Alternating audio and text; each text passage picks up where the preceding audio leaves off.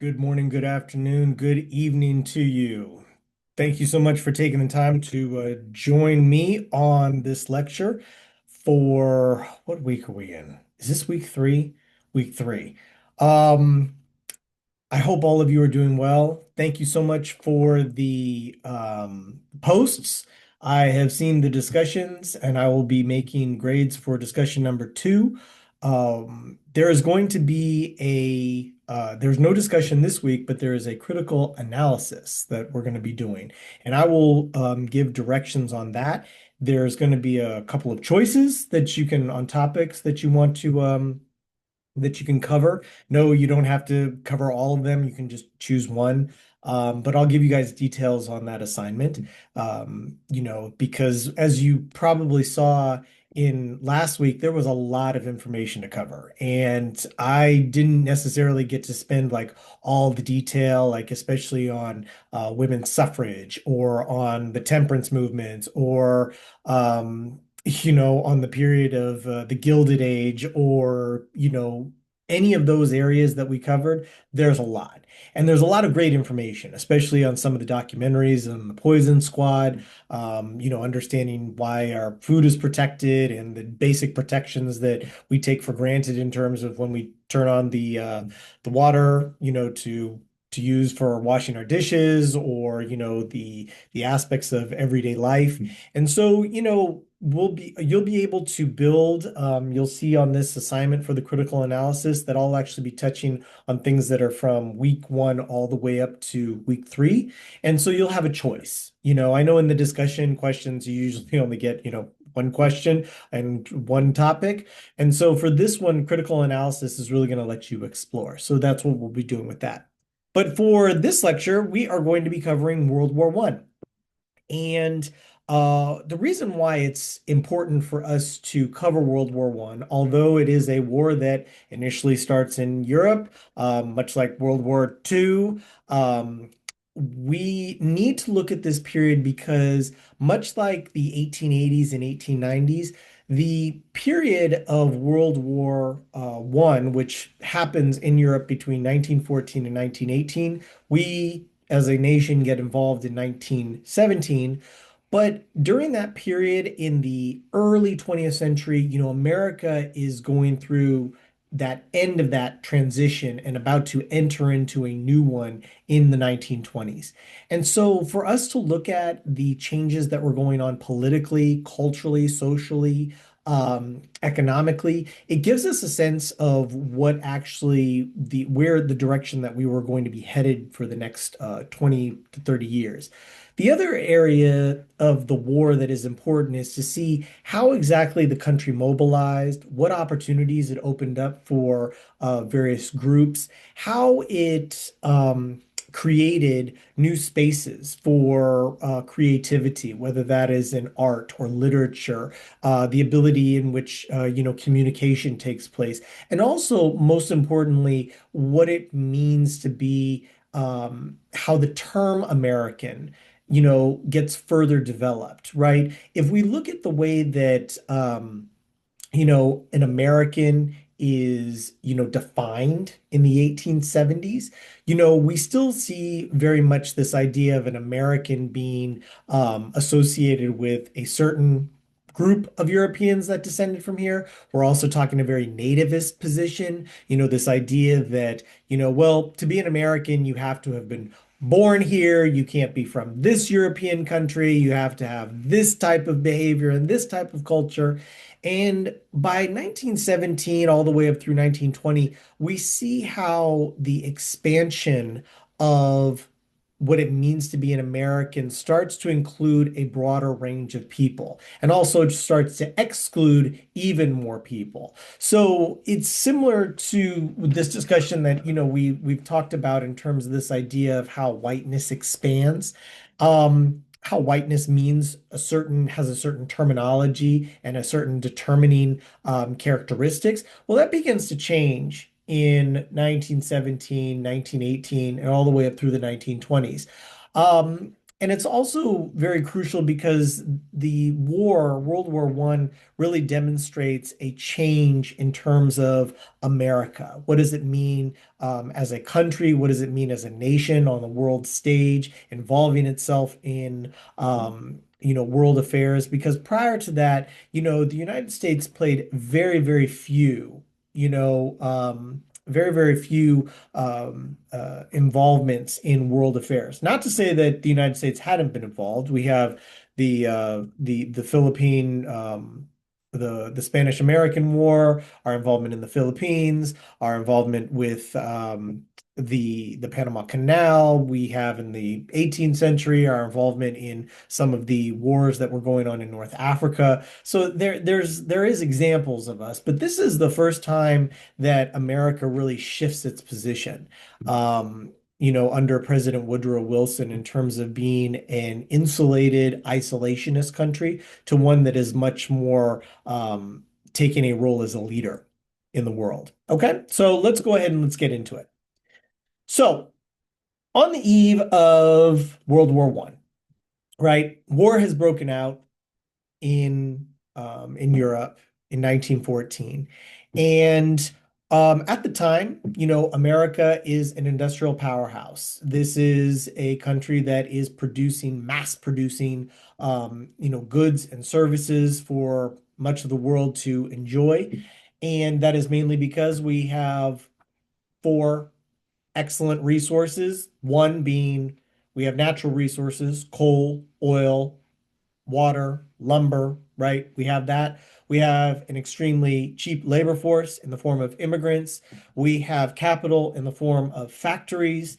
And we also have entrepreneurship, all those areas that make up an economy. And so our economy in 1914 is expanding, it is booming. We are producing huge amounts of goods and services that are being exported all over the world.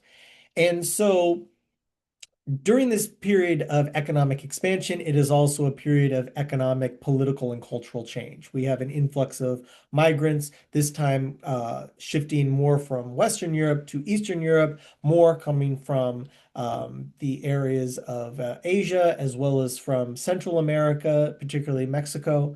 And, America is becoming a very, very diverse place, right? And when we use that term diverse, what we have to do is define that. So we're talking about diversity in terms of ethnic heritage, original nationality where people are hailing from. So people are coming from Western and Eastern Europe, people are coming from Asia, such as China and Japan. Oh, and we have people coming from Central and South America, namely from Mexico and other Central American states. And so these individuals that are bringing their traditions, their religions, their cultural, performativities, these are going to be brought into the American sphere. And so this is what one of the things that people like to celebrate is to see how diverse America was at this time. And it is extremely diverse. It is extremely diverse in language, for instance. English just isn't the only language that is spoken, but we have entire enclaves, especially on the East Coast and especially in central parts of the United States, like in parts of Illinois, Wisconsin, and Minnesota, where you have communities that are speaking nothing but the Swedish and Scandinavian languages. German is the second most spoken language in the United States behind English at this time. And so, we to think about, this idea, that America is, this one amalgamated country. No, it is a country filled with diverse people from diverse backgrounds, coming for very similar reasons and similar desires, right? Namely, economic opportunity, the ability in which to improve oneself and fleeing various, wars and skirmishes or poverty or general country instability. But it's still a country where people are holding on to their cultural ties. They are settling in areas that are heavily urban. Remember, about 50% of the country is living in urban centers, the other are living in very rural centers. And this is also a country that is beginning to see, its enormous power and influence, especially in the economy. But it has not taken that role in terms of world affairs. It's not taken, that role that, many of us have often associated with America prior to the last, decade, where, America has been the world leader, right? It is not there yet, but it is certainly positioning itself to be one, mainly because of the economy and the huge influx of people. But like that period in the 1880s and 1890s, we're still trying to determine what does it mean to be an American and what is America, right? Is America just an idea? Is it an opportunity? Is it an experience? What does that mean? And so various groups are going to try to control that narrative, right? We still see that fight every generation. What does it mean to be an American? For those of you who saw the Super Bowl this past weekend, as well as all the reactions that have come as a result of Bad Bunny's performance. The question is, as you hear many people, in their refrains, whether they are, completely prejudiced and bigoted all the way up to just straight up racist, that we see people questioning like, well, why would on America's, quote unquote, America's biggest stage of entertainment, would you put somebody who doesn't speak English, right? Well, what's kind of fascinating about that, and this is just a side point, just so that all of you know, America doesn't have an official language, right? Many countries do. Like they'll say the official language of France is French, the official language of Nigeria is English, and you know, whatever, if they have one of the native, because remember, in a country such as like Nigeria, for instance, and for those of you who are from Nigeria, please correct me if I'm wrong, but given the various ethnic groups, if you are Igbo, if you are Fulani, if you are Hausa, there are various ethnic groups and languages that dominate. And so it's depending on the region that you're from. And so very similar to, the United States, we have areas where you can hear nothing but Spanish, right? And that's okay. There's nothing wrong with that. But what you saw is that when you see that narrative, pop up in terms of like what does it mean to be an American? What is an American display? What is an appropriate American celebration? Right? This is still something that the United States is still wrestling with, right? Whether it is in the 20th century or the 21st century or the 19th century. This is something that is still evolving. And it really comes from, remember, we're always trying to discuss the narrative of that. What is the narrative? Why is it that certain languages dominate or are the ones that are the primary, if you want to call it, or if you just want to look and see like what languages are taught in our schools, for instance, right? It's, typically it is Spanish that is the language that is taught, right? But for many years, the language that was taught before Spanish was French, or that you might have heard, you might have had German being taught, or it might have been, another foreign language. But America doesn't have a standardized official language, right? Just like there is no official religion, okay? That is because this is a country that is based on those ideals. Now, you can clearly see that there is an administration currently that is trying to change that, right? You saw this under the first Trump presidency, this idea that we're saying Merry Christmas, not Happy Holidays. We're going to make sure that, things are only taught in English, that English is only going to be that which is found on any of the government websites, right? And that is the prerogative of the authority in command. That's perfectly fine, but it doesn't do anything to ignore the fact that we have millions of people in this country who speak another language, right? Alongside English. Okay.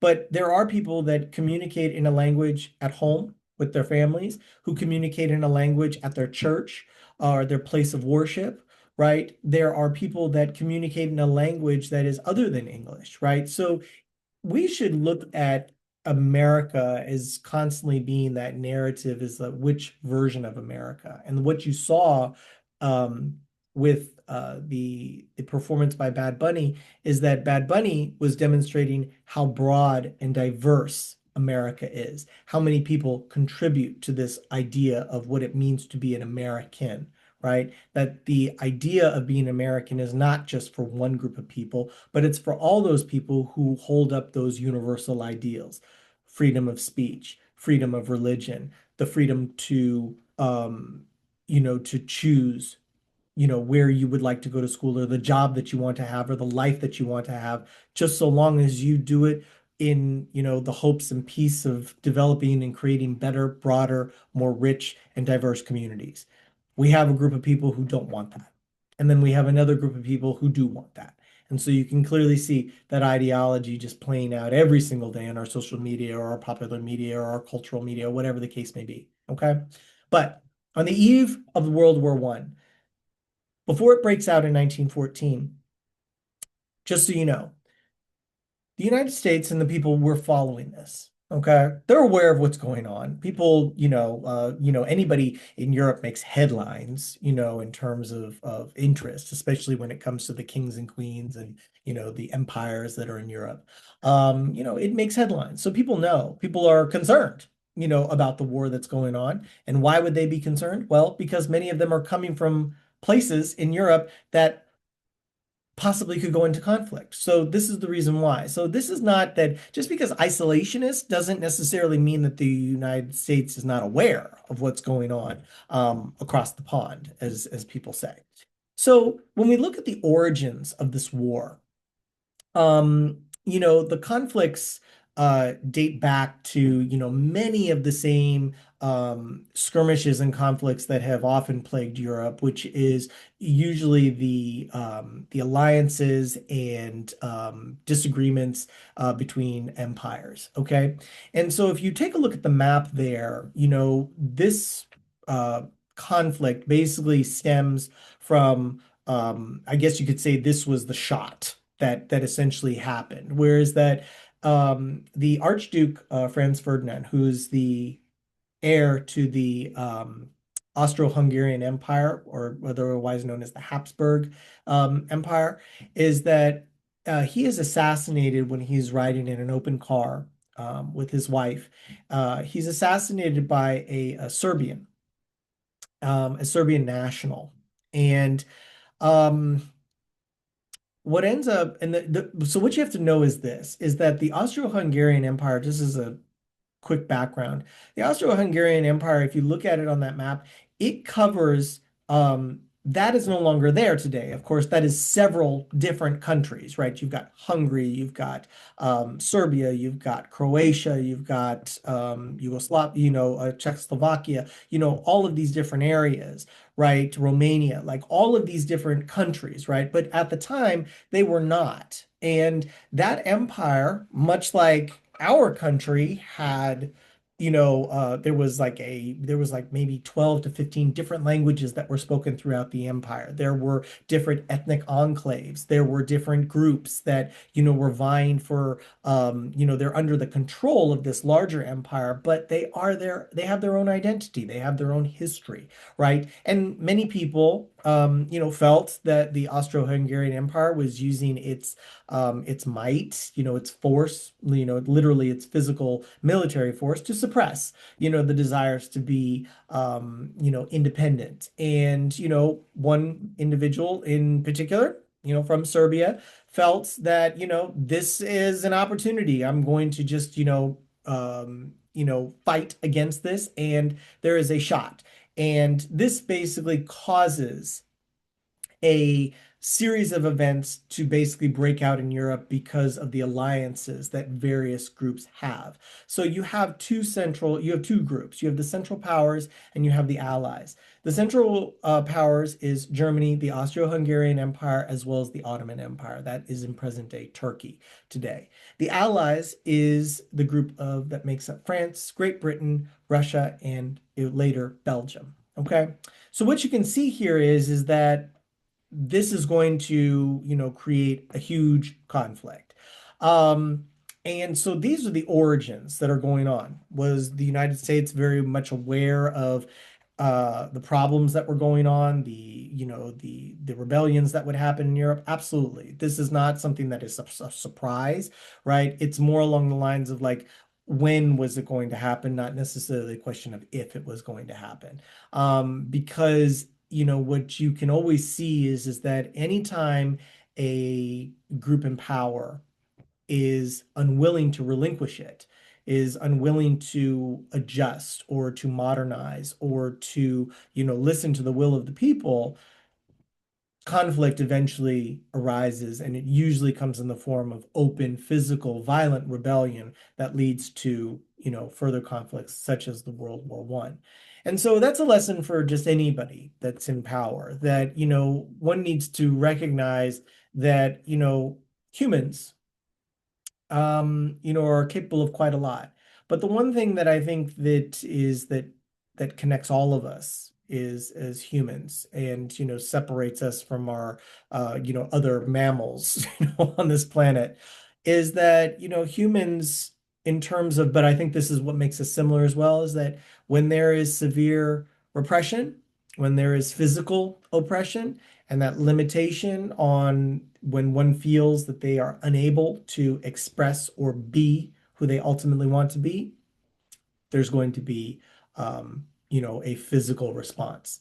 And that can come in the form of conflict, as it did in World War One. And so this is what you have. Now, when it happens in 1914, um, President Wilson, speaking on behalf of many of the people in the country at the time, is that they take a position of neutrality. They don't want to get involved. And most Americans felt this way too, is that they just did not want to get involved in the war that was going on. However, that didn't mean that they weren't going to be willing to profit from this. And so one of the first things that Woodrow Wilson does is that, because, right, when countries are at war, they're not able to produce as much because they are trying to fight a conflict. And so Woodrow Wilson, along with, bankers and business individuals and people who want to make a buck, they see this as an opportunity in which to profit. And one way that the United States profits from this is what is known as the Land-Lease Program. The Lend-Lease Program, excuse me, Lend-Lease, not Land-Lease, Lend-Lease. So the United States begins developing weapons, bullets, arms, producing and sending wheat, raw materials, anything that can be used for the war effort. Now, at the time, the United States took a position of neutrality, so this meant that they were largely just sending goods and services to anyone who could afford them. So, when you're a war profiteer, you don't have allies or friends, you just are sending it to whomever. And so during those early years of the war, from 1914 to 1917, that period of 2 to 3 years, the United States is really just involved in sending materials that allow the war effort to continue, okay, and making money, as a result of it. It's also important to recognize that there are banks here in the United States that are, I guess a good word to say is just betting on which side is going to win. So not unlike the online gambling where you can, bet to see if Trevor Noah says the word potato, but we have banks that are basically betting on a side, to come out and win. And most of the banks that were betting on a certain side, is they were betting on the Allies, so that they were supporting financial investments and areas of support for the Allies. That's not to say that there weren't banks, in Germany or Austro-Hungarian Empire, but most of the businesses that we were doing were going to be with the Allies. So there's some, but not a tremendous amount. So for that period of 2 to 3 years, the United States is getting the information of what's going on, selling arms, making money. But then more and more information is coming from the front, from the war itself, in terms of what is actually being conducted. And there's a couple of events in particular that changed the mind of Americans in terms of getting involved. And those areas basically have to do with the attacking of civilians, the use of certain types of weapons, as well as international espionage and international business. So one of the ways that the United States gets involved is that there's a couple. So when we talk about business, and let me start with that one. So the war breaks out. The United States already has, investments in Europe. We have business ties. If you remember, the documentary that mentions J.P. Morgan and his work in terms of trying to rescue the economy. One of the ways that he rescued the economy was to make sure that Europe kept its gold, here in the United States, so that our currency wouldn't fall. So we have relationships with European bankers. Well, one of the reasons why you want to keep good relationships, and one of the reasons why you might want to see a certain side win as opposed to another, especially if you're a businessman or you're a banker or an investor, is because you've got money over there. And should your side lose, chances are you're probably going to lose all your investments. So this was one of the lobbying areas that President Wilson was receiving from members of his cabinet, as well as from other individuals in the business world, saying that, you know what, it might be a good idea for us to get involved so that we can at least maybe improve the likelihood that our assets are going to be protected. Okay. A second reason is the attack on civilian ships.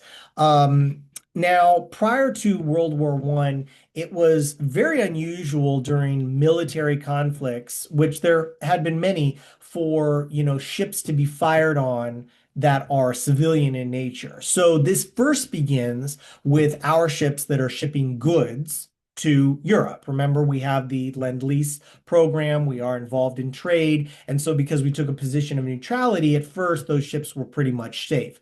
But Germany decides to stop doing that. The German U-boats begin firing directly on merchant ships, and these are carrying not military personnel. These are carrying civilians. These are just traders. These are merchant vessels, and so they are firing upon them. And so this starts to of course, from Germany's perspective, they want to stop the flow of, weapons that are helping the war continue. But, this means that you're attacking American citizens. And, that's not something that, really made the public too favorable about what was going on. And so it started with our merchant ships, but then came the Lusitania. And the Lusitania was a commercial liner. So this is a commercial liner that goes from New York all the way into Europe, usually landing parts of France or in England. And this would take civilians across the Atlantic, because remember, there is no train that crosses the Atlantic. There's no planes that cross the Atlantic. Steamship is the choice of travel for individuals to get across the water.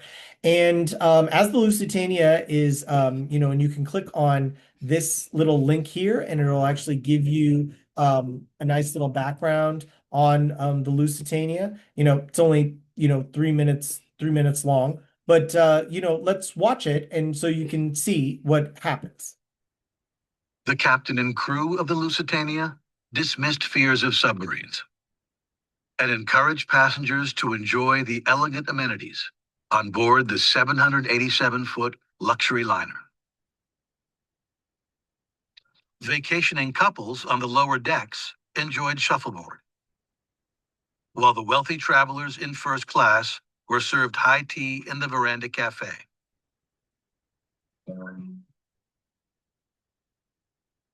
From intercepted communications, the British knew the German submarine U-20 was lurking in the path of the Lusitania.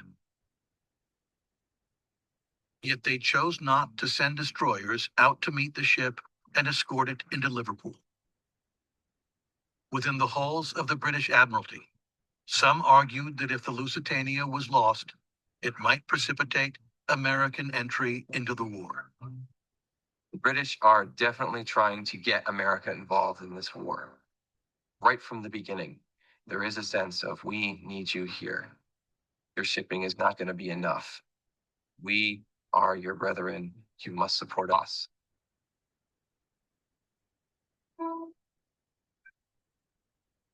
On Friday, May 7th, as passengers excitedly scanned the horizon for their first sight of land, a torpedo hit the ship's side.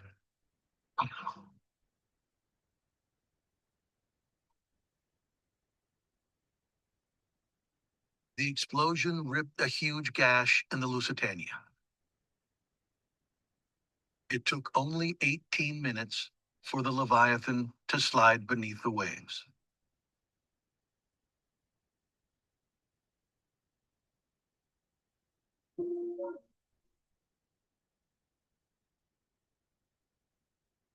For months after the Lusitania went down, dead bodies washed ashore. Hundreds of others were pulled lifeless from the Irish Sea, the corpses stacked on the docks. Many of the casualties could not be identified and were buried in mass graves.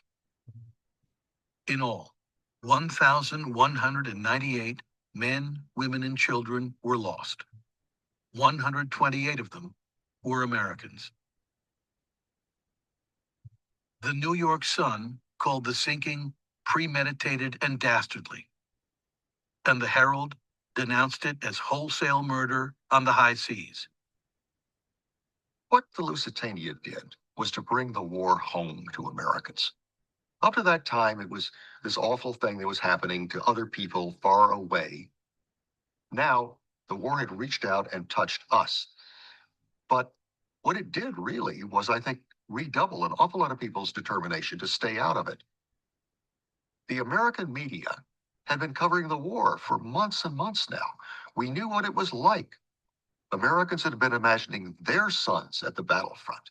We don't want to buy into that. And here's this act of barbarism that is threatening to bring us in. Much of America is now beginning to discuss what should America's role be in this war now that we are losing lives. Okay.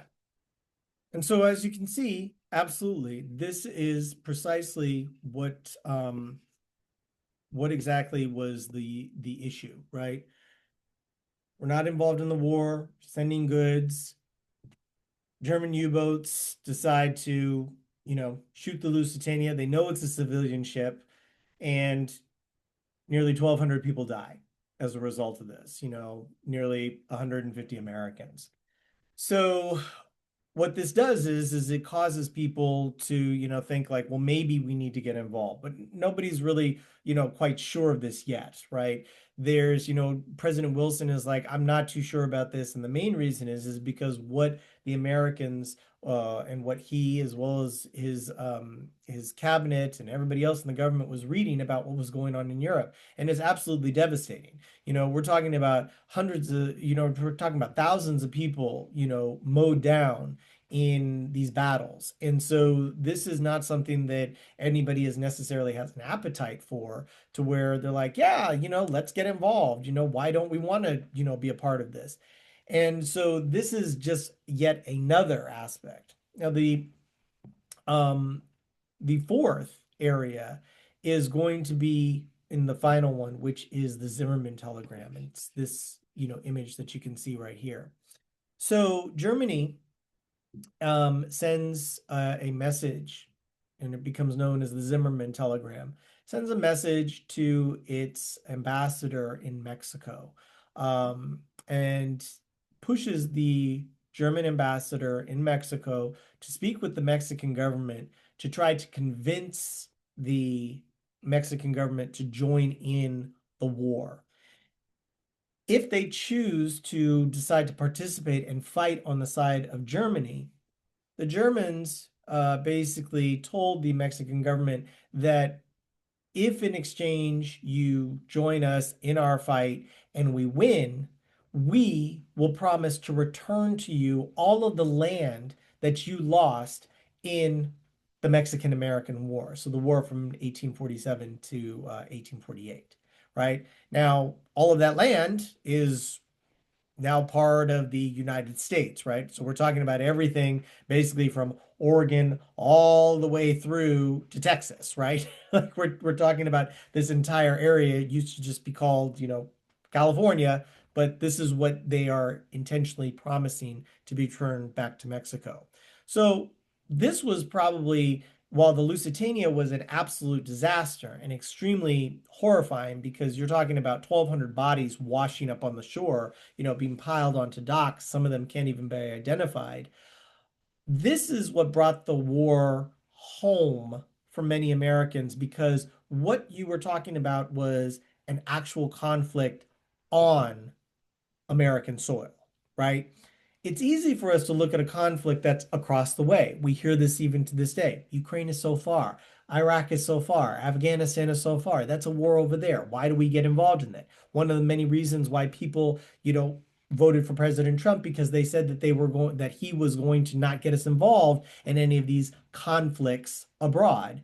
And yet, here we are involved, right? To his point, we're only involved in issues that are in our hemisphere. And so that may be very similar to what we see here. And one of the reasons why Woodrow Wilson is urged to take a position and to join in this war is because there was a possibility for armed conflict right here at our border with our neighbor to the south, right? That Germany was going to incite conflict in this hemisphere, right? So that's one of the things that leads to that issue. So when Woodrow Wilson addresses Congress, and you can actually click on the address here. This is the summary of it, but the actual discussion, I mean, the actual ask, because remember, in the separation of powers, it is the Congress that declares war. Can the president make war? Sure, they can. That's one of the reasons why you see that, what happened in Venezuela, what they're planning to do with Cuba, some of the other strikes that are taking place in the Caribbean, right? These are all examples of making war, but a declaration of war is something that only the Congress can grant. And at the time in 1917, President Woodrow Wilson goes to the Congress and asks the Congress for a declaration of war. And in this, he highlights the reasons why we need to get involved, right? And he mentions it here. It's not just a war against all nations, but American ships have been sunk, American lives, in ways which it has stirred us to the very deeply to learn of. But the ships and people of other neutral and friendly nations have been sunk and overwhelmed in the waters in the same way. There has been no discrimination. The challenge to all mankind. Each nation must decide for itself how it will meet it. The choice we make for ourselves must be made with a moderation of counsel and temperateness of judgment befitting of our character and our motives as a nation. We must put excited feeling away. Our motive will not be revenge or the victorious assertion of the physical might of the nation, but only the vindication of right, of human right, for which we are only a single champion. Okay, so you hear this in Woodrow Wilson's speech is that what he's asking for is that he's not doing this because we want to get back at them, right? He's like, this isn't something that we should get into lightly. Thus, the reason why I'm here. I'm not really too sure that we should even be involved in this. And most of the American public is really worried because they know exactly what this is going to cost us, right? How many people and how many lives are going to be lost as a result of this conflict. But because each nation is now considering what it needs to do, we need to do the same thing. We can't just stand out of this fight. We have to figure out what exactly we're going to do. And his argument is that we need to do this because it is the right thing to do, right? It is the right thing to be on that side which says no to aggression, which says no to, conflict, which says no, we are not going to stand for this, and we are going to defend ourselves and those who join us in that fight for freedom, democracy, etc. Okay? You've heard this refrain before. Well, if you're wondering where it comes from Woodrow Wilson, the great communicator. Okay? And so when we look at this address that he makes, the declaration of war, and you can actually see it right here, the actual document itself, go ahead and click on it and, well, I think there you go. You have to use your two fingers to make it bigger. Sorry, y'all. But you can take a look at the joint resolution right here in terms of from the session of the Congress. And so take a look at what an actual declaration of war is. Have I think it won't surprise many of you that we've only had a handful of declarations of war. Most of the conflicts that we've been involved in have not been declarations of war, but instead have just simply been extenuating conflicts where a president has involved the nation in various ways, and there has never been a formal declaration, but instead has mobilized the conflict in a certain way. But not, let me digress from that. So President Wilson has asked, the Congress has granted. We like to think of ourselves as a nation that's prepared, but we're not. We're not prepared at all. And here's the reason why. The main reason is because we don't have a large enough army to fight in this force. At the time of the declaration of war, the nation only had about 350,000 military personnel. For a war of this kind and size, we would need probably closer to about 3 to 4 million people. We didn't have that. So the first question is how are you going to build up this army? And then the second question is who are you going to get to build it? So that is answered in two ways, or three ways, excuse me. So the first is that Woodrow Wilson looks to General John Pershing, and he is the one that is going to build this army and is going to lead it across the ocean. How is he going to do this? Well, three basic ways. Volunteers, try to build up the sentiment to get people rallied behind this cause. Second is to institute the draft, send people into this war. And third is to mobilize the current National Guard into the military effort. All three of these are used.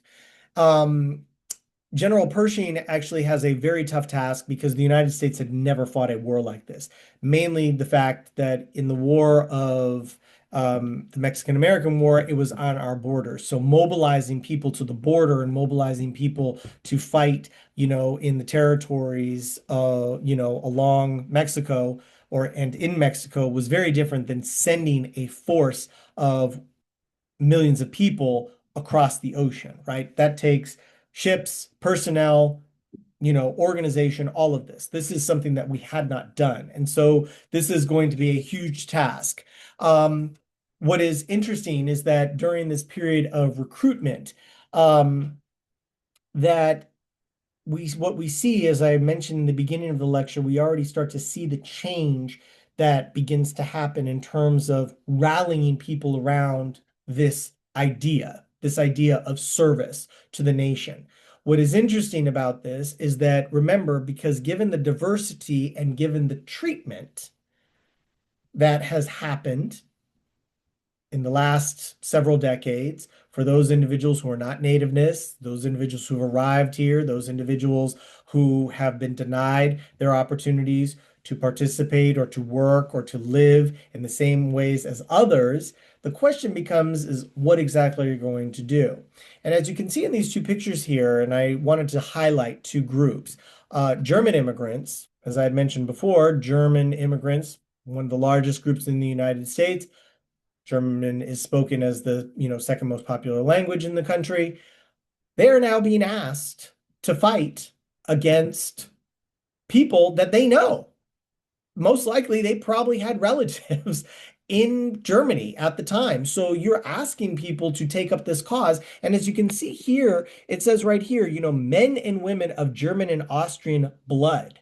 We ask you to remember that this is your country. Right? Your country, right? So these are groups that, you're not necessarily willing to provide all the same opportunities in terms of jobs or treatment or experience. But when it comes to defense of this country, suddenly they're American, right? And so what's interesting about this is that many immigrants see this as an opportunity in which to demonstrate their loyalty, that this is what it means to be an American, to take another step towards right? What does it mean to be an American? Meaning that I defend the country that I now call home. Secondly, we look at African Americans, both men and women, right? It's 1914, it's 1917. Jim Crow segregation is the standard both in the South and the North.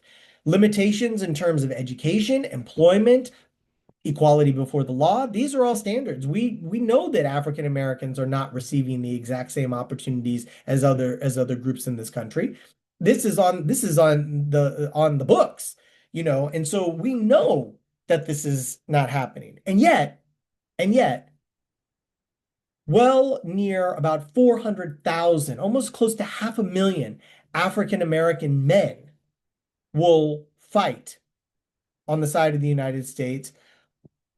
Almost 100,000 African American women will join in the fight as well and will serve in roles as nurses. They will serve in roles in the military, personnel and campaigns. So we see African Americans join by the hundreds of thousands. The question is why, right?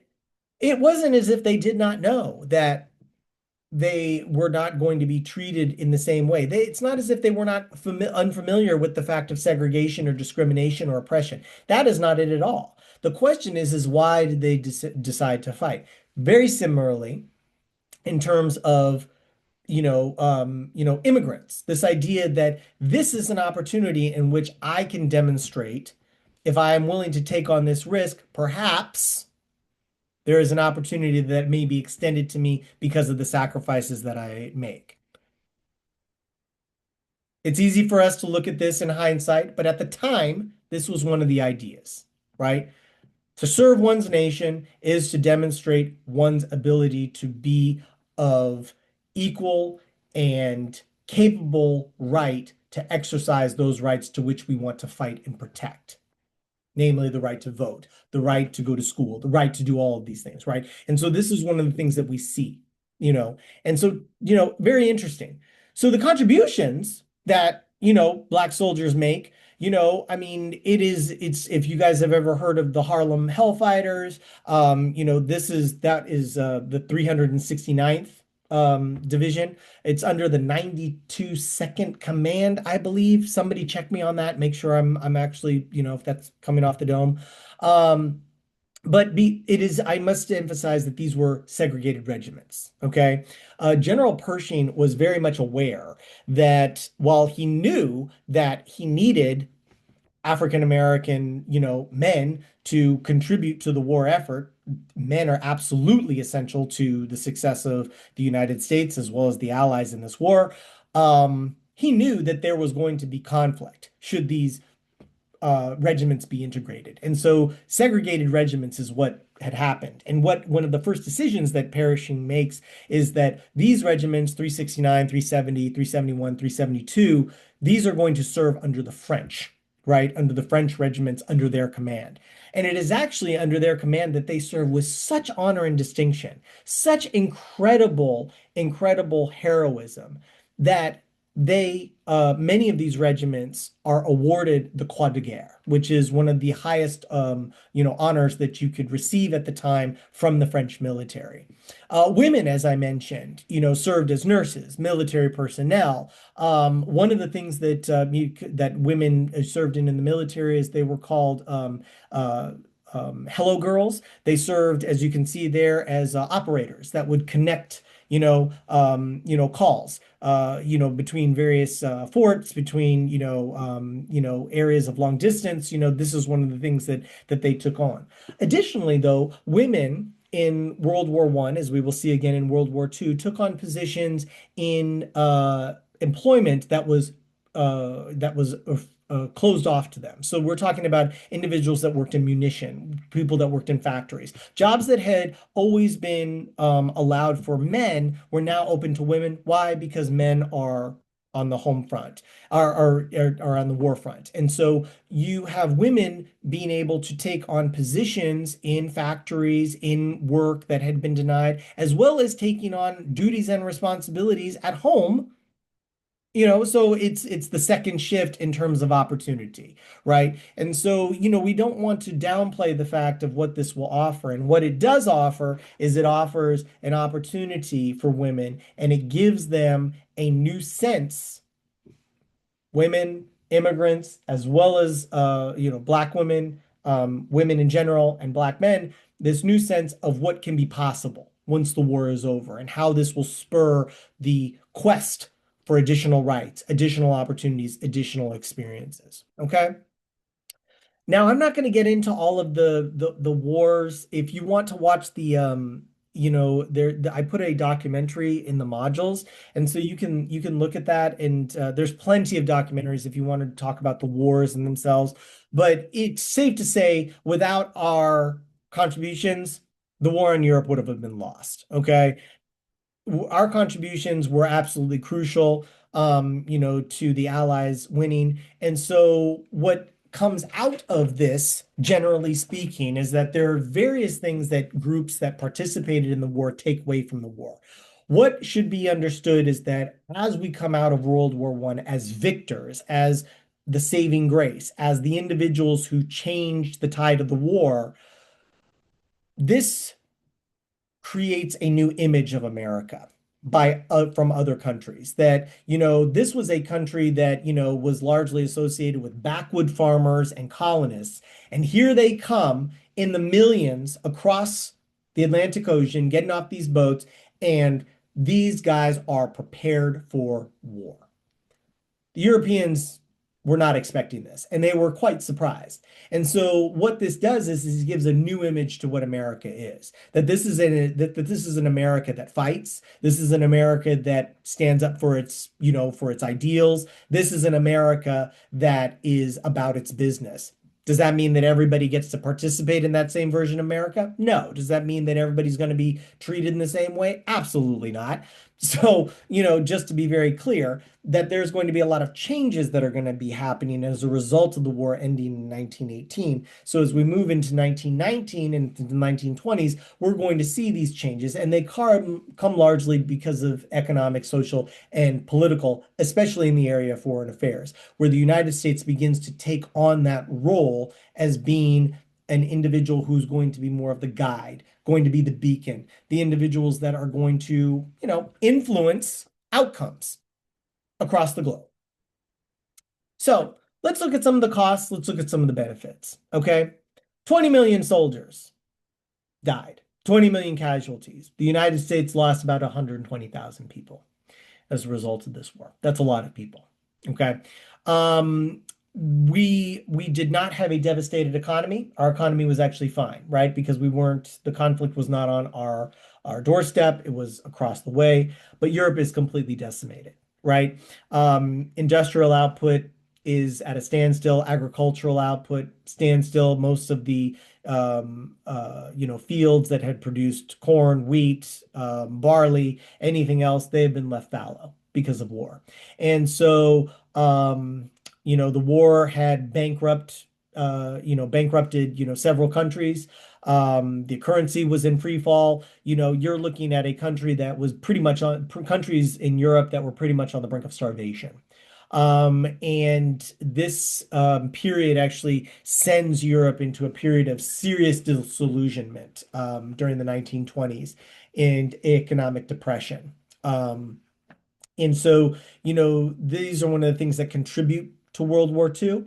But this period of disillusionment actually is best demonstrated in the music, the art, the literature that is produced in the period in Europe. So very different than the 1920s music, art, and literature that we will see in our country. Why? Because we're having an economic boom. There's a bust going on in Europe, boom going on in the United States. So because of that, because Europe needs all of these goods and services, needs new industries, needs all this, we're more than happy to supply that for you. And so that's exactly what we do, is that we become the producer for the world's demand. And this is the reason why our economy is about to take off, starting in 1919. Okay. Now, if we look at some of the economic changes, and these are quite important because this is how we become a world dominating power.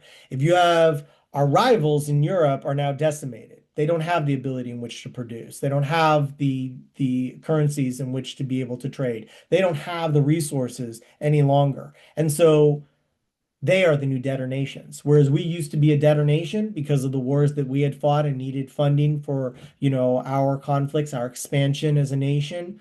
We're no longer the debtor nation. We're the creditor. We're the individuals that can now provide the money. We can provide the goods and services. We can provide those. And because we are a creditor nation, it means that we can hold a hell of a lot more influence in terms of a country's direction in terms of their policies. We still see this very similarly in terms of what the United States still tries to do. We are not a creditor nation. We are actually a debtor nation. Europe and China and Russia hold most of our debt as a country. Not a good position to be in. And so when you are a creditor nation, you have the ability in which to influence policy or to influence issues. And that's what we see much of what's happening in our country right now.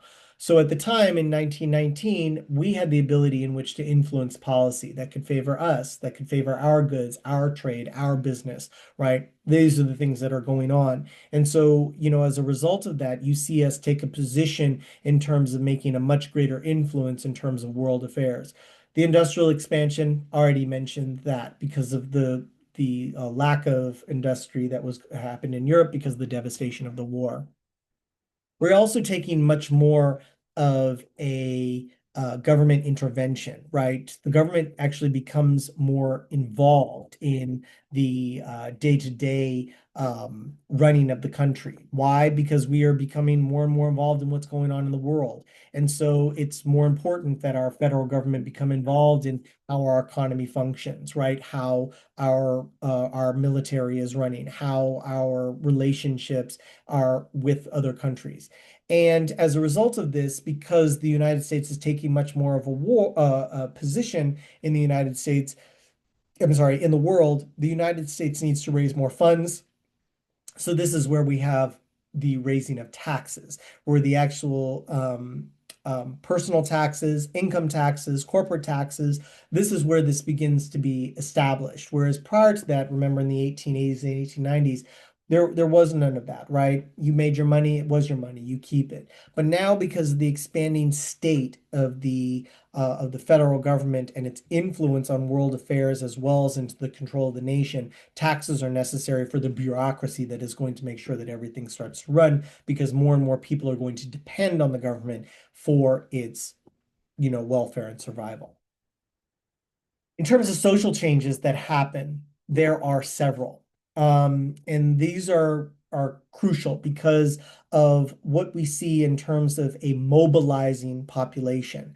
The war fundamentally changed the direction from a country that was 50%, rural, 50% urban to one that is becoming far more urban. We're getting about maybe 2/3 of Americans are now living in industrial areas or living in urban centers, and they're not living in the rural countryside.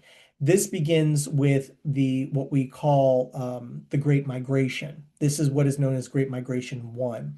And if you click on this, you can, hear a nice little, video and information on this. But there's some great aspects of the Great Migration that PBS has. You can just look up some of the wonderful documentaries. But essentially, what you need to know is this: is that the Great Migration, the first one, is movement from southern regions in the deep south to areas in the Midwest and in the North. So this is people moving up from places like Mississippi, Alabama,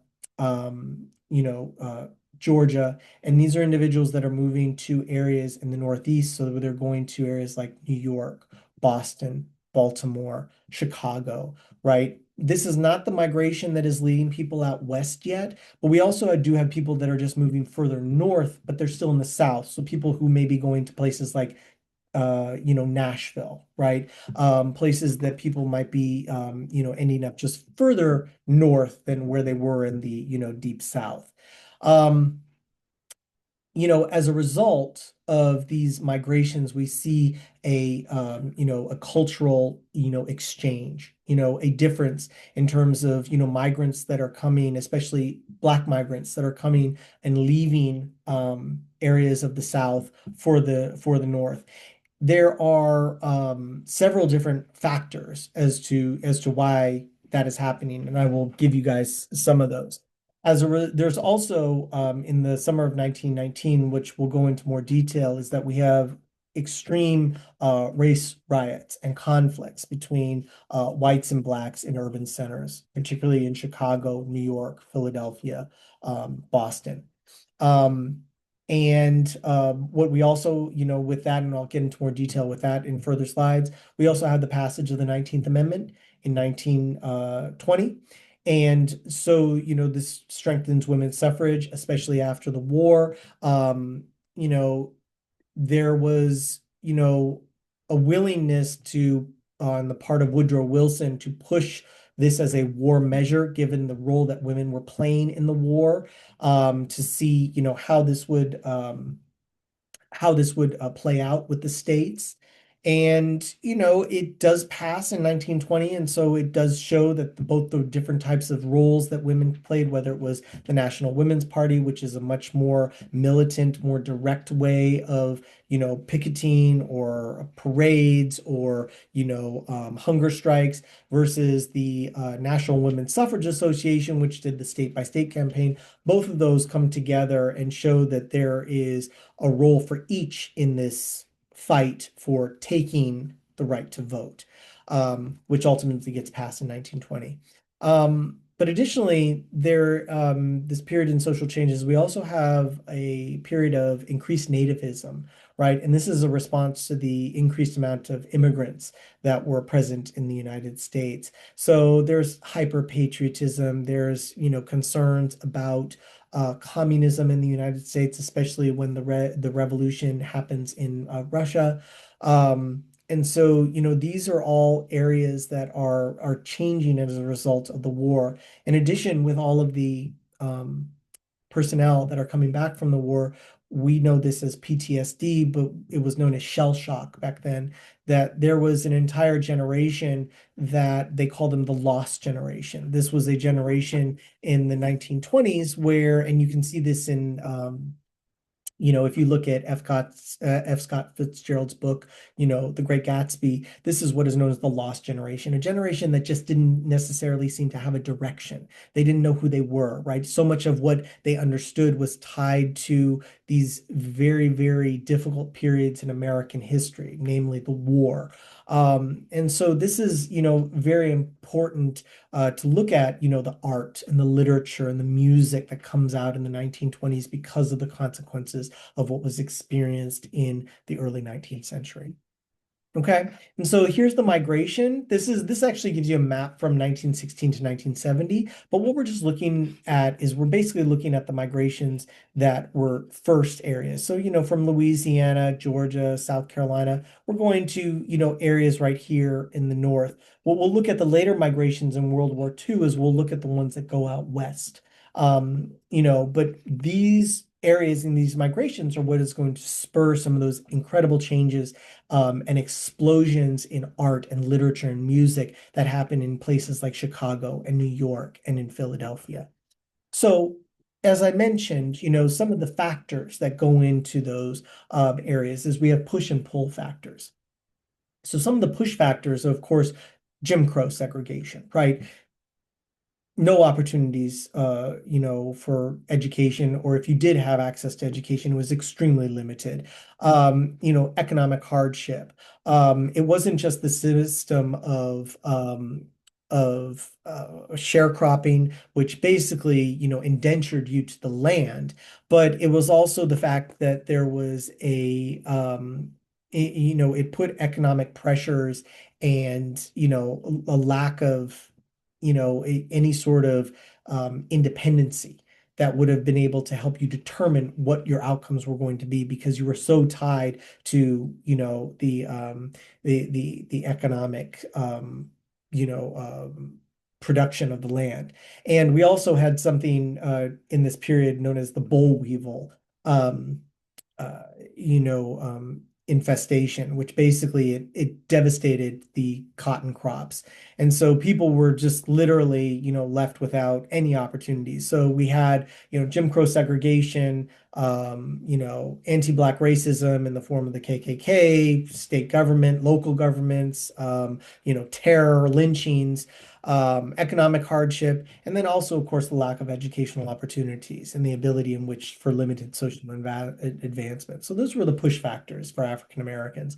The pull factors, of course, are the job opportunities that you could get a job in a factory. You could get, proper work. You could, see these opportunities because remember, many men were being shipped off into the war, and so there was European migration was being halted because of the war, and so African American men and women saw an opportunity in which to take on some of these jobs that were now open. There was also a huge demand for labor that was going to be happening, in the early 1920s.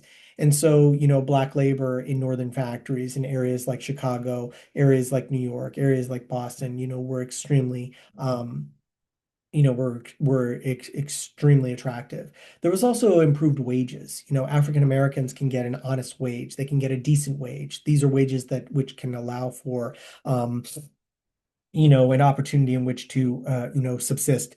Oh, excuse me. Pardon me. I apologize. On which they could subsist. They could save their money. They could buy a car.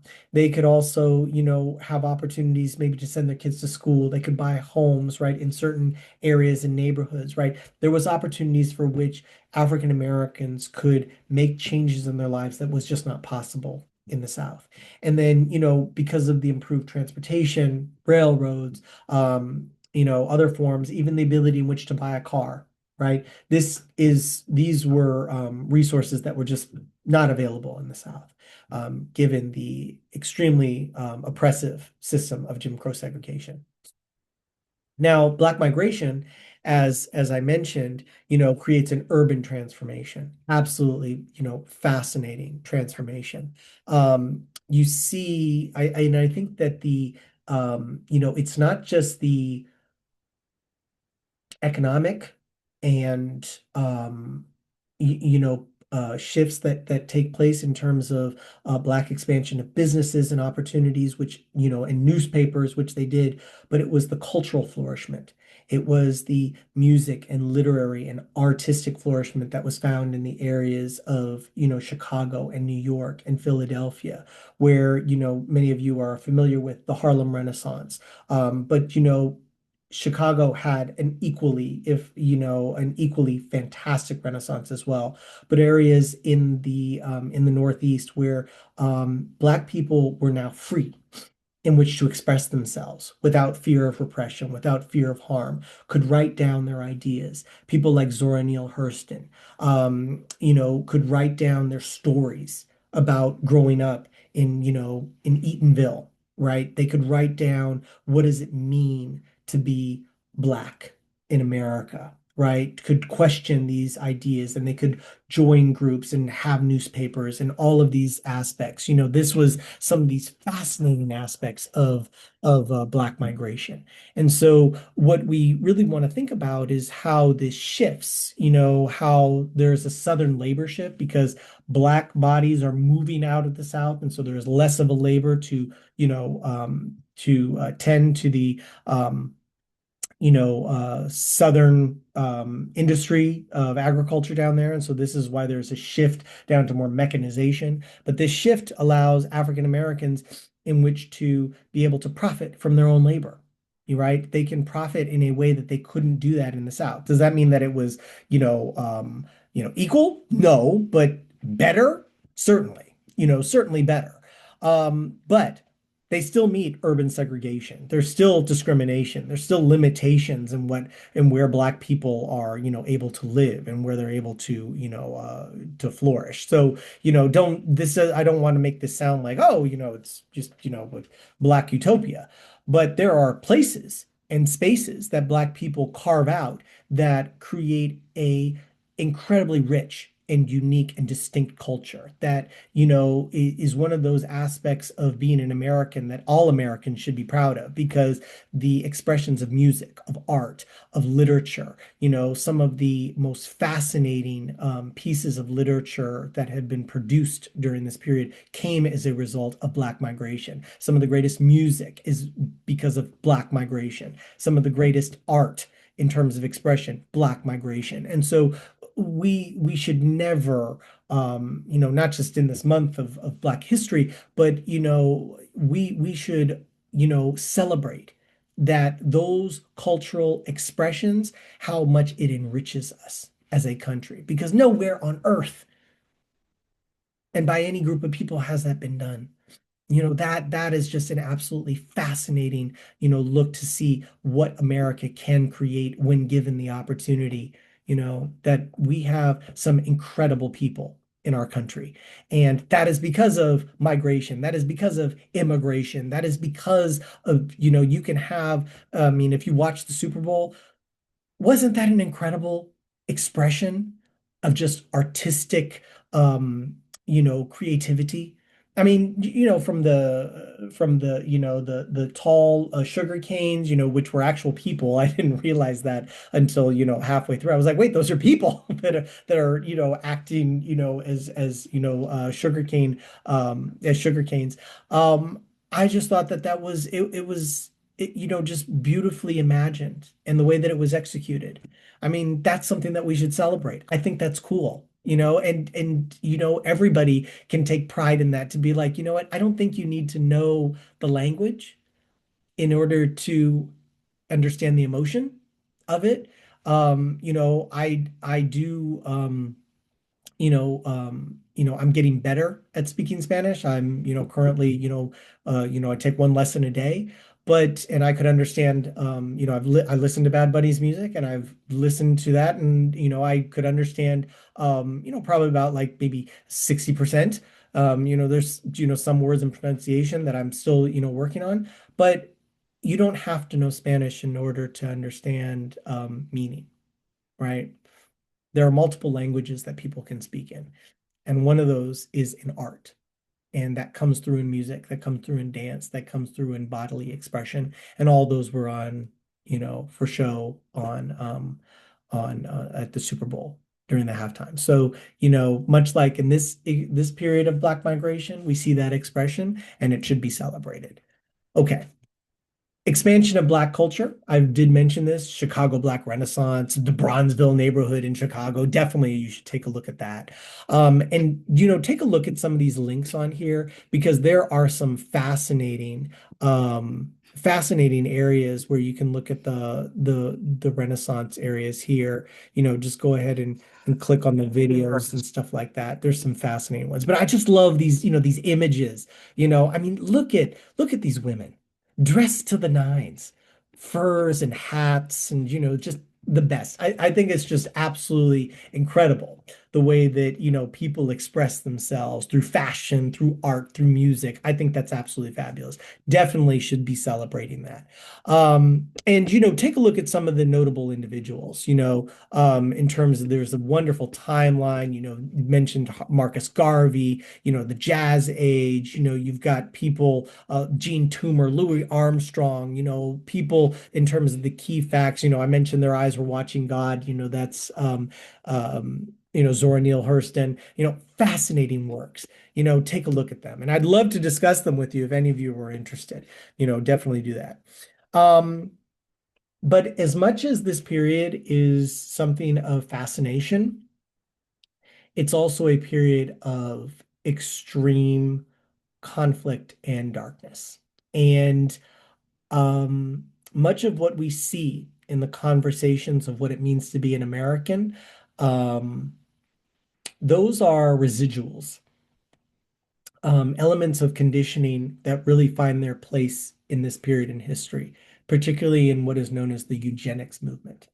For those of you who don't know what the eugenics movement is, I encourage you to watch oops, so sorry. I encourage you to watch there is a wonderful documentary on the eugenics movement, but you can look at, the origins of what exactly eugenics is and scientific racism. Um, but you can look at the video right here, of these aspects. But what eugenics is essentially is that it is a pseudoscience. It is not a real science. It's not based on any sort of provable scientific theory. It is based on merely conjecture. Um, the whole idea, what led to eugenics, was this idea that is born out of the progressive movement and the Gilded Age, with this idea of, remember when we talked about social Darwinism, this idea that the best of the best, that there's a reason why, as Carnegie tries to point out, well, why exactly did I arrive here? And what he comes to this idea is that there are just certain people that are better suited, and that is the reason why they hold the positions of power or authority or wealth, etc. Well, eugenics is born out of this line of thinking that, is there a way that we could improve the human race? Are there ways for us to be able to, prevent certain what you would call degenerative characteristics? Now, of course, this is all these when I say degenerative, this is based off of, conjecture. These are theories. This is not, there's nothing degenerative about a certain eye color, a certain skin color, a certain, height or weight or something like that. These are all social constructions of what it means to degenerative. Now, if we want to actually talk about like a degenerative disease, like something, like if you want to talk about like the ability in which to try to make people healthier, right? Eugenics has these veins within it, right? Where this idea of making a better human race, right? But what eugenics morphs into is this idea of creating a more pure race and only for certain groups, okay? Um, Understand that race, in terms of a social construction, finds its place hundreds of years earlier. Okay, we know that from during the Enlightenment period, in the late 1600s, early 1700s, we have various philosophers and scientific theorists of the period already conjecturing about race in terms of an idea of dividing various peoples into certain races. And so, eugenics is once again another evolution, sadly, in that sort of narrow-minded thinking, that there is a way that we can improve the human species, but these are flawed ideas. They're flawed ideas in terms of breeding, right? That this idea that, well, if we can just get the wealthiest people and the smartest people to breed, we'll have wealthy and smart people all over the place. And that, if we make sure that, people who are considered, there was a term that, was used all the way up until roughly the 1960s, called imbeciliality, to be an imbecile, right? We would call these people, usually suffering from, a genetic disorder, meaning like either they may have like chromosomal damage, or these individuals may suffer from like maybe maybe be experiencing Down syndrome. But we know that these are individuals that are still capable of thoughts and ideas. They can talk, they can participate in society, right? We know these ideas, but the eugenics movement comes out of this social construction of being able to establish standardizations in terms of status based on race, using this idea, these flawed ideas of medicine, and most damagingly, the law, as a way to justify the cruel and unusual treatment of people. Um, there are there's a couple of court cases and immigration acts that are the result of the eugenics movement. If you remember President Trump saying this, and this has been reiterated in various, alt-right social media posts, as well as in, very hateful parts of speeches, this idea of poisoning the blood of America. Um, that term is something that is a residual born out of this idea of the eugenics movement, that there is a pollution that is happening. And much of the immigration acts that happened in the 1890s, 1910s, 1920s is a result of this idea that immigrants are polluting the blood of America, right? That immigrants somehow bring a degenerative behaviors, ideas, ways of thinking, ways of acting, ways of behaving that are destroying America and Americans. And so when you hear President Trump say things like that and you hear it echoed by other leaders, this is very dangerous because what the eugenics movement did then is it allowed people the justification for things like forced sterilization, right? The idea that basically between early 1900s all the way up to the 1970s, we had well over probably 60,000 people who were sterilized because of their perception that they could pollute the race, that somehow their genes in the gene pool could create further degenerative diseases. And the eugenics movement, which starts here in the United States, born out of ideas out of Europe, is once again what's going to contribute to the horrors that will happen in World War II. So, it's very important that, you understand that eugenics movement is based out of a pseudoscience. It's made of social constructions and a devaluation of humanity. And it is always based on a deficit theory of what humans are incapable of, rather than what you see in terms of the imaginative power of what happens in Bronzeville or in Harlem, New York, when individuals are given the ability to be free and create, look at what they can achieve. Eugenics is based off of this idea that we don't want certain people to be a part of us, that they are not worthy of being a part of us. And we are actually doing ourselves a service by eliminating these groups of people, right? This is one of the reasons why people who were handicapped, um, you know, I mean, remember the American with Disabilities Act was passed in 1991. 1991. School children who had developmental disabilities, children who were in a wheelchair, for instance, they didn't go to school, right? What we would call immersion school, right? Regular public institutions until like the 1980s. Hell, even one of the I think there's a school here in Baltimore, correct me if I'm wrong, for those of you who are natives to Baltimore, but there is a school here that is for individuals with developmental disabilities, and it's one of the best in the state. I believe, and think it might actually be the only one in the state. But correct me if I'm wrong. But those were the institutions, the schools where kids who had developmental disabilities could go because they weren't allowed to go to the regular public schools. These are the sort of aspects that are based in the eugenics movement that allow these ideologies to go on. That no, we don't need to have, a ramp, because you're handicapped. Why should you be outside anyways? Shouldn't you just be at home? Shouldn't we just lock you in the attic?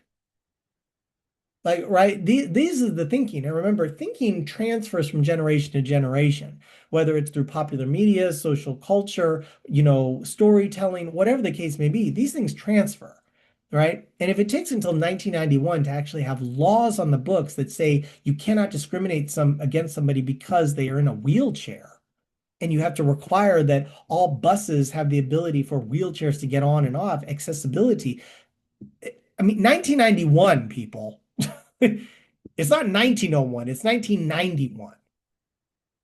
I know there's some of you in the class that were born in the 2000s, so you may want to call this ancient history, but it's not that ancient. Okay. Like, in 1991, we did have telephones and walked on the moon. Okay. Just to give you guys some background, but I digress. So think about that in terms of the eugenics movement. Take a look at, the immigration acts, right? Think of the ways in which Donald Trump is using his office to be able to identify those groups that he doesn't want. To say that we're going to accept immigrants from South Africa, but only the white ones. That is a racist idea that is born out of the eugenics movement. It's very simple, right? There is no other, I mean, I'm just trying to understand what would be your reason for denying somebody who's a black South African from migrating to the United States if your criteria is that they only can be white. I don't see how that is not racist. Like, like the only way that I can see that is being racist. So I'm just wondering what the other side would say. Like it's not racist. Okay, so it's not racist how? Yet to see that explanation. So there it is. So to be clear, eugenics movement, migration, changes in terms of opportunities, in terms of these expressions, this all culminates in the fight that happens with the Red Summer in 1919. If you click on this, you can actually see some of the images of, aspects that happened during this period in 1919. What is important to understand is that when African American men returned from World War One, um, tensions began to erupt. And mainly these tensions were around economic opportunities, similar to what we saw at the end of the Civil War, right? We see once again competition for resources, right? Everybody's returning from the war. We see jobs that are opening. We see people migrating to cities. We see people living closer to us, right? We see competition for housing. We see competition for employment. We see competition for education. And so naturally, tensions are going to start to rise. Um, what is interesting, though, is that, as was mentioned before, African Americans that didn't join, but, were pulled to northern cities, white men who returned, they found black men now in their jobs, creating tensions here. The competition and these, creates aspects for, that were ripe for, conflicts, in addition to the eugenics movement, which is creating a perception that people of Black ancestry are somehow individuals that are a danger to the population, are, related to the lowest forms. I mean, you will see in the eugenics movement how, some scientists liken African Americans to being descended from monkeys. That's the reason why that post that the president reposted of President Obama and First Lady Michelle Obama as monkeys. This is the reason why this is a racist post, people, because this is rooted in an ideology that has long tied Black people to being descended from monkeys, right? This goes all the way back to Darwin. Okay, so that's the reason why you cannot say like, oh, he didn't know. That's not even up for discussion. The question is why exactly is he doing this? And I think we all know the reason why. But here's the difference. When African Americans who had served in the military, served with honor, received the Croix de Guerre, um, they're not willing to just accept that they need to clear out from the job or they need to move out the neighborhood or to go back where they came from. These are individuals who know how to use weapons. They know how to organize. They know what it means to command. And they know how to defend themselves. And that's exactly what they do. And so you see that in areas like Chicago, for instance, and in New York, you see Black service members take up arms and protect neighborhoods during these riots when they do break out in terms of these skirmishes. This was a period where Black leaders were asking, even W.E. Du Bois, is one of these individuals where he says, no, it is no longer sufficient for African Americans to just wait. We must defend. We must take. We must demonstrate. And they're encouraged to resist. And that's exactly what they do. They set up posts and protections. And, there's some fascinating aspects, when you can, look at some of these areas here, from W.E.B. Du Bois, from the American Yop. But also, just looking at the several events that lead up to this period of the Red Summer, is that, it's fascinating is that you can look at this and it breaks down for you what's happening across the country, right? A riot or a disagreement happens, in the South, we have conflicts and lynchings, tars and featherings, right? We see all of these things happening. And what's fascinating is that you can look at what goes on between 1919 and all the way up through, from May until December. So, take a look. Fascinating stuff. Um, you know, the map itself, gives you an indicator of like where exactly these things are taking place, but you can see many in Georgia, much throughout the South, but all obviously, happening, in places like Delaware, Virginia, Chicago, San Francisco, even in Arizona, right? And so, when you take a look at the Red Summer, take a look at some of these events themselves, and I've, left some links here for you to where you can actually see what the actual mob did, how many people were killed, how many people, what was the causes of this, crisis, and to also notice like how little involvement there was from the federal government in terms of trying to put down, these efforts, right? This was literally left to the states, who in many cases, it was hands off, or they were even perpetrating, the crises by, opening fire on crowds or just actively discriminating and, further oppressing, various groups. But, it's important to take a look at these and to see, what that is all about. But yes, if you have any questions or any concerns, just let me know. I'm happy always to hear, you can always text or call me with anything that you may have. I'm also going to put up an announcement that I'm going to have office hours this week, just to talk to anybody about the assignment that's going to be posted, the critical reflection. So I'll put up some times on there. And if none of those times work, we can still just find a time, via text to work. So thank you so much for, reading through all this. There's a lot of information, but feel free to reach out if you have any questions.